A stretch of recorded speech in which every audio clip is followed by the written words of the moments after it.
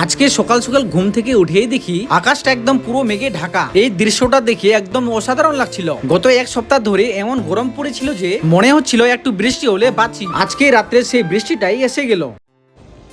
আজকে রাত্রে খুব বৃষ্টি হয়েছিল, দেখতে পাচ্ছেন আবহাওয়াটা আজকে কত সুন্দর লাগছে, প্রচন্ড ঠান্ডা করছে। দেখুন পুরা একদম মেঘে ঢাকা।